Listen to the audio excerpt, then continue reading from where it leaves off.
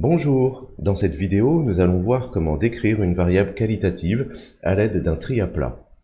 Le tri à plat consiste à décrire la distribution d'une variable entre plusieurs modalités. Ce nombre de modalités est fini, c'est un nombre déterminé. Il doit donc être réservé aux variables qualitatives, puisque le nombre de valeurs différentes sur une variable quantitative est potentiellement infini. Prenons tout de suite un exemple pour que ce soit plus clair. On vient de réaliser une enquête auprès de 100 personnes sur leur mode de déplacement principal pour se rendre de leur domicile à leur lieu de travail. Cette enquête est menée dans deux grandes villes, A et B, afin de pouvoir comparer les comportements des travailleurs dans deux endroits différents, ayant leur propre réseau de transport en commun et leurs propres infrastructures.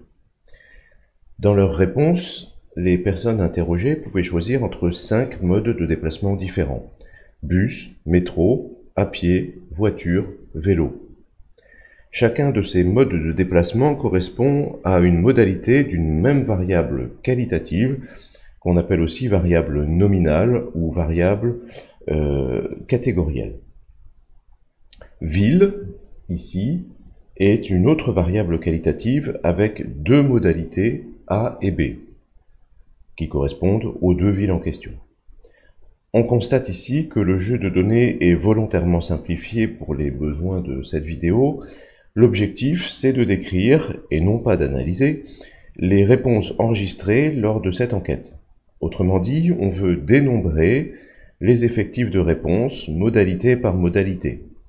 Avec ces effectifs, on pourra également calculer des fréquences, autrement dit des pourcentages de réponses, modalité par modalité. Voyons donc comment faire cela facilement sur XLStat. Alors, on va déjà lancer le menu XLStat.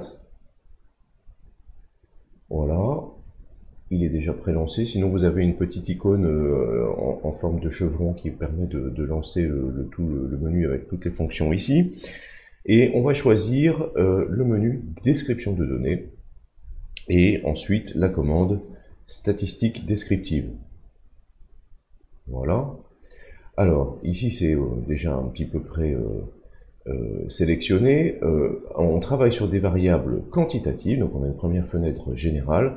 Il faut qu'on choisisse ici, est-ce qu'on travaille sur une variable quantitative ou une variable qualitative. Ici, on va travailler sur notre première variable mode de déplacement, et donc avec les 5 modalités. Donc on va cocher données qualitatives, et là, on sélectionne, j'avais déjà fait, mais je le refais ici, on sélectionne toutes nos données, donc de A1, et on descend jusqu'à A101, puisqu'il y a 100 valeurs, donc ce qui nous donne cette sélection ici. Je laisse de côté le sous-échantillon pour le moment. Simplement, on va bien vérifier qu'on a coché libellé des variables ici, puisque on a sélectionné aussi le titre de notre colonne. Voyons voir les autres onglets. On a un onglet options qu'on va laisser ici de côté. Et puis on a un onglet sortie. Alors on voit que pareil, on a deux colonnes avec données quantitatives, données qualitatives. Ici, les seules qui sont préactivées, ce sont les données qualitatives, puisqu'on a sélectionné des données qualitatives sur l'onglet général. Et là, on va sélectionner les données qu'on souhaite obtenir d'XLStat.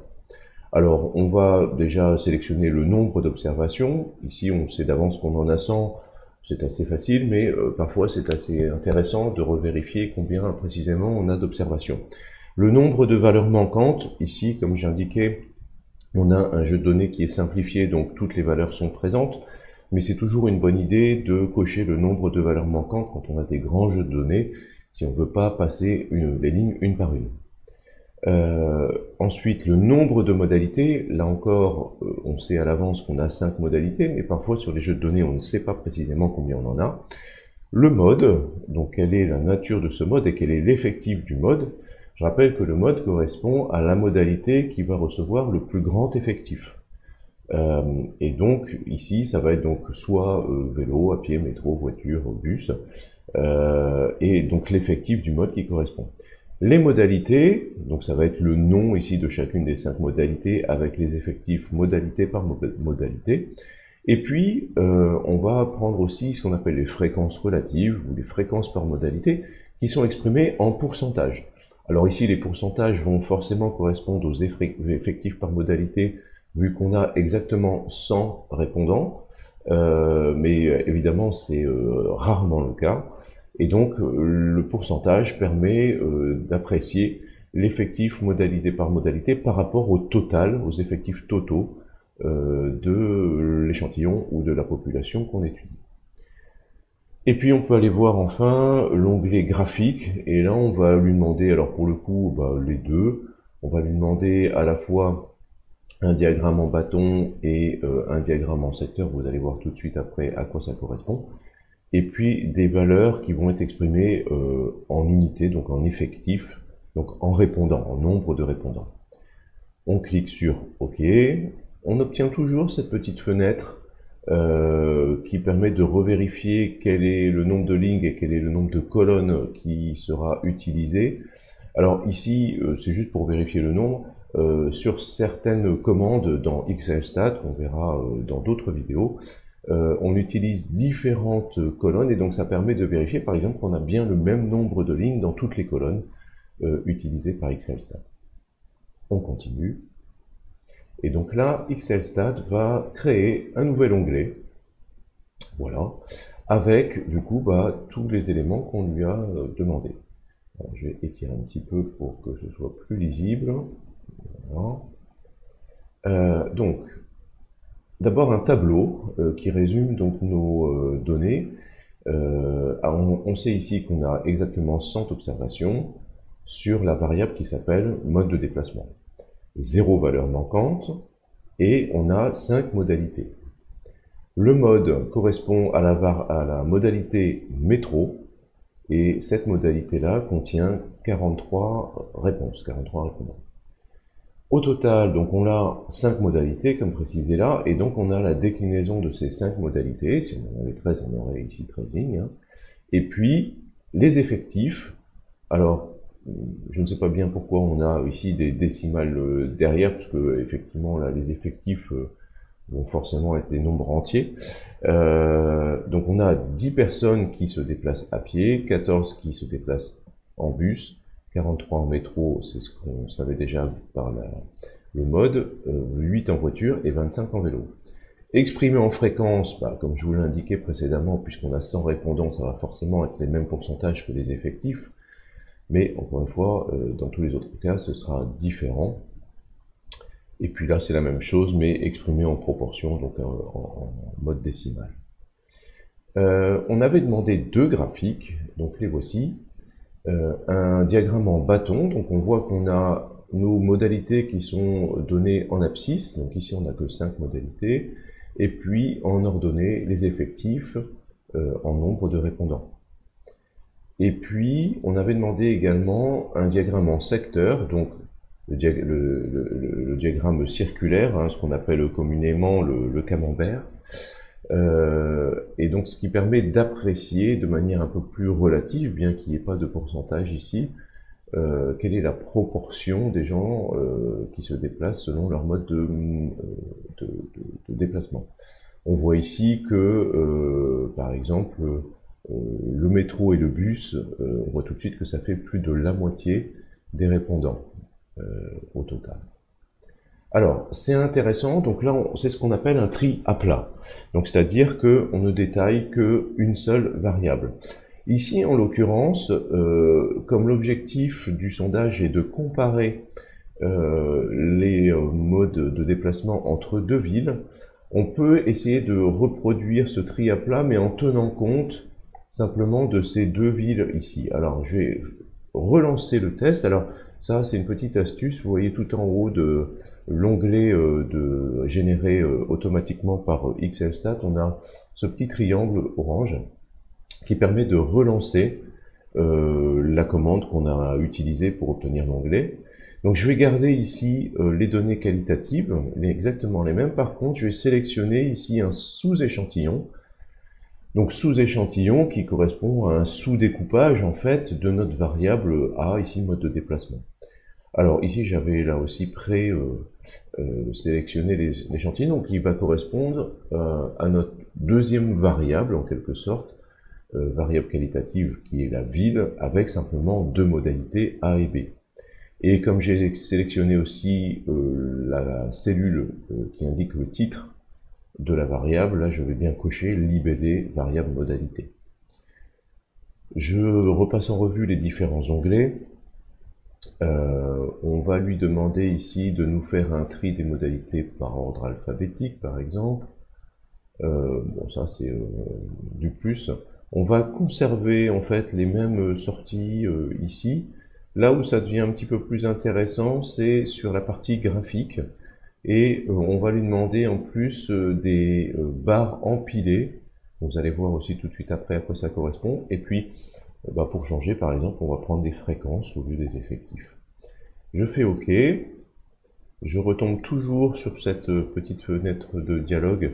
Et là, vous voyez que pour le coup, comme on a deux colonnes qui sont utilisées dans cette fonction XLStat, on se retrouve ici avec deux lignes, ce qui permet de vérifier qu'on a bien les 100 lignes sélectionnées, 100 lignes avec les données pour chacune de nos colonnes.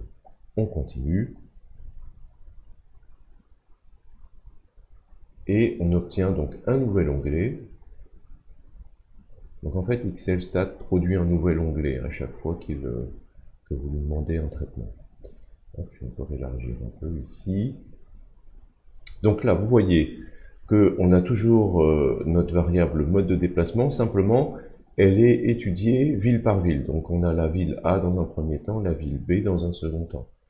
Et là, comme les choses sont un petit peu simplifiées et artificialisées, on avait exactement le même nombre d'observations ville par ville, donc c'est-à-dire 50 observations pour la ville A, 50 observations au total pour la ville B. 0 valeur manquante dans chacune des deux villes, et exactement le même nombre de modalités pour la ville A, pour la ville B. Ce n'est pas automatique, hein, on aurait très bien pu avoir une ville par exemple où il n'y aurait pas eu de métro, on n'aurait plus eu que 4 modalités dans une des deux villes. Par contre, on voit que le mode est différent dans les villes. Donc ici, dans la ville A, le mode c'est la modalité vélo, avec 21 personnes, alors que dans la ville B, le mode c'est la modalité métro, avec 26 personnes. On a les effectifs modalité par modalité pour chacune des deux villes, donc là forcément les effectifs sont différents, et puis leur expression ici en pourcentage, donc forcément vu qu'on n'a plus que 50 répondants ville par ville, on a des pourcentages ici qui se retrouvent à être le double des effectifs par modalité. On avait demandé donc plusieurs graphiques, toujours nos diagrammes en bâton, donc vous voyez qu'ici on se retrouve avec deux diagrammes pour chacune un diagramme pour chacune des deux villes. Bon, je ne redétaille pas, hein, c'est le même type que ce qu'on a vu précédemment. Et puis les diagrammes en secteur, idem. Donc là, pour le coup, on voit qu'on a des choses assez différentes. On voit que par exemple pour la ville B, si on considère le bus et le métro, on a les 3/4 des répondants, quasiment les 3/4, hein, qui se déplacent en bus et en métro, ce qui n'est pas du tout le cas pour la ville A, on a moins de la moitié pour le coup des répondants dans ce cas-là. Et où la proportion de cyclistes est beaucoup plus importante. Alors, si une autre manière de comparer, ici, ça va être d'avoir le mode barre empilée, graphique en mode barre empilée. Donc avec la légende toujours et les différentes modalités de notre variable mode de déplacement. Et on voit qu'en fait, ces modalités, elles sont empilées les unes au-dessus des autres, ville par ville. Donc ville A à gauche, ville B à droite. Ce qui permet là aussi, alors elles sont empilées dans le même ordre, donc ce qui permet là aussi de comparer beaucoup plus facilement. On voit qu'effectivement la proportion ici de métro est beaucoup plus importante dans la ville B que dans la ville A, alors que dans la ville A on a beaucoup plus de cyclistes. Et on a également plus de piétons ici que dans la ville A. Donc voilà, ça permet visuellement de faire des comparaisons entre modalités pour une même variable. Voilà, j'espère que maintenant tout est clair pour le tri à plat. Encore une fois, c'est une fonctionnalité qu'on ne va utiliser que pour les variables qualitatives. À bientôt pour une description d'autres variables, notamment des variables quantitatives.